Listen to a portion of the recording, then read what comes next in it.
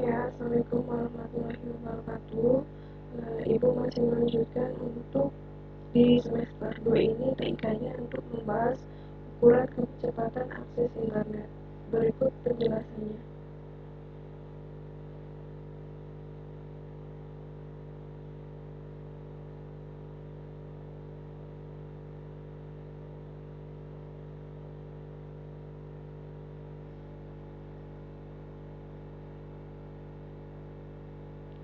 Pengertian ukuran kecepatan akses internet yaitu pertama, kecepatan akses internet sama dengan kecepatan transfer data.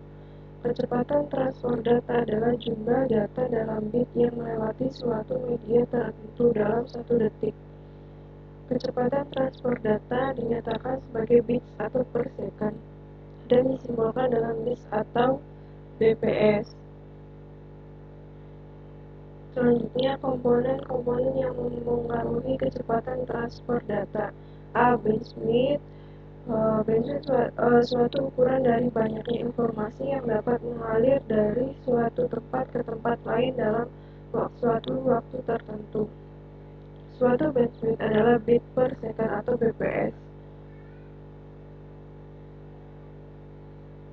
Throughput adalah bandwidth aktual yang sebenarnya akan mengukur pada suatu ukuran waktu tertentu dalam satu hari menggunakan rute internet yang spesifik atau sedang mendownload suatu file. Jadi gini contohnya, kalau kalian misalkan mendownload atau mentransfer data melalui Bluetooth itu kan harus deket-deketan.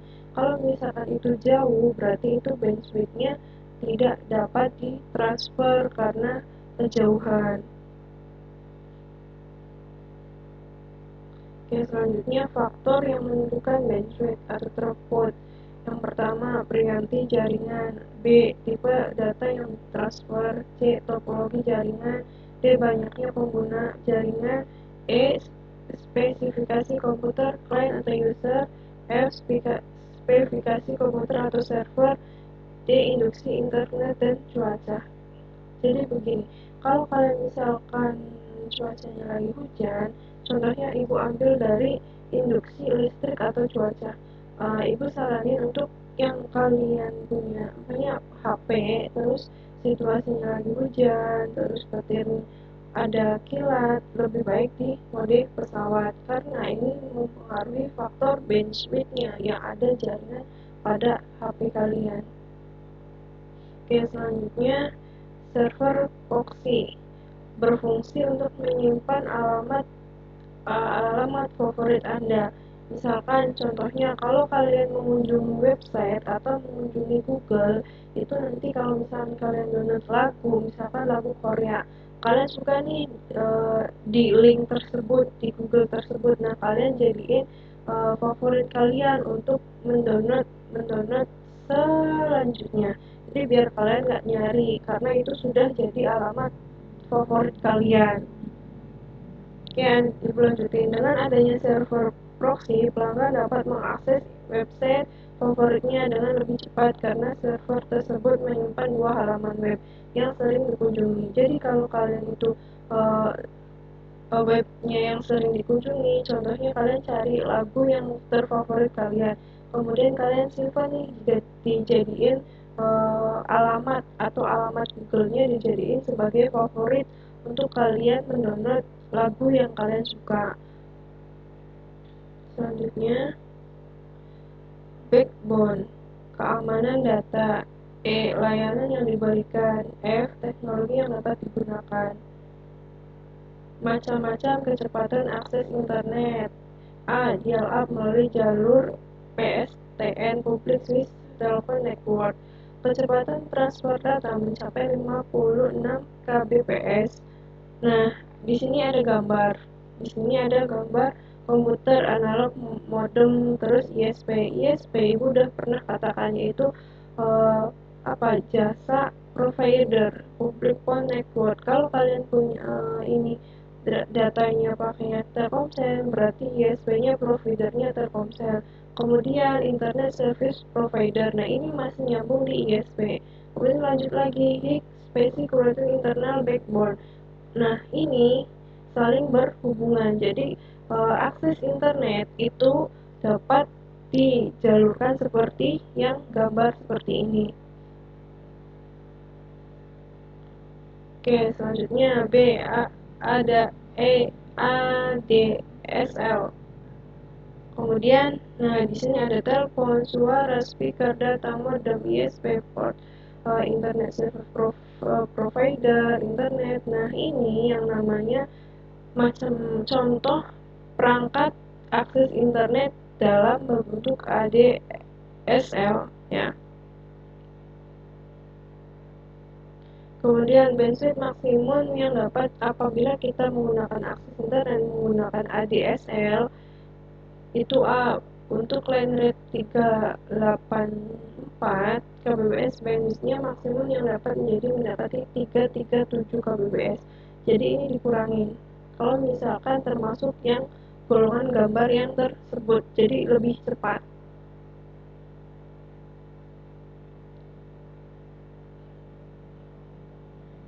Oke, GPRS General Packet Radio Service, komunikasi data dan suara yang dilakukan dengan menggunakan gelombang radio. Jadi kalau kalian lagi dengar radio atau di gelombang manapun itu komunikasinya lewat suara ya. Gelombangnya apa? Terserah kalian. Kalau kalian mau cari radio radar servo dan lain-lain itu masuknya ke GPRS. Nah, seperti ini contohnya. Oke, lanjut ya.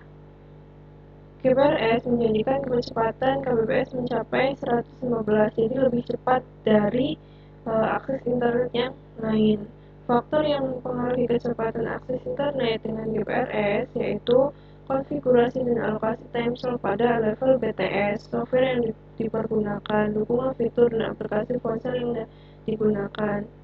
Oke, lanjut ya. 3G atau 3G sebagai sebuah solusi nirkabel yang bisa menjadikan kecepatan akses 1 sebesar 144 kbps untuk kondisi bergerak cepat atau mobile. Jadi ya, mungkin untuk 3G ini ya jarang dipertemukan, paling adanya 4G. Oke, lanjut. WiFi. Wireless Vigilance. Kelebihan WiFi adalah kepraktisan, tidak perlu repot memasang kabel network. Untuk masalah kecepatan tergantung sinyal yang diperoleh. Kecepatan transfer data WiFi 2 Mbps pada frekuensi 2,4 GHz.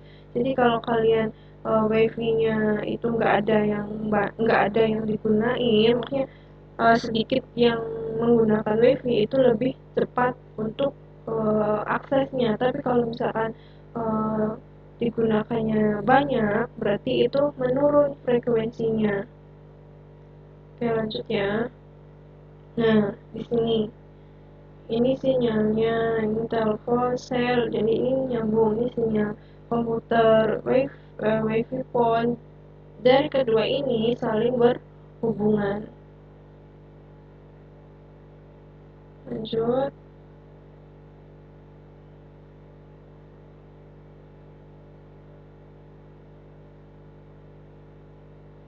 Nah, ini ada alur modem ya. Kalau misalkan kalian di warnet terus ketahuan ini komputer server 1, ini server 2, ini server 3, server 4, server 5. Hubungan karena sudah ada modem internet saling berkaitan. Oke, kurang seperti ini ya. Nah, itu aja kurang lebihnya.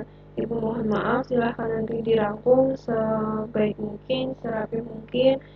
Nanti kalau misalkan darinya sudah selesai, maka bukunya dikumpulin untuk tugasnya next time ya.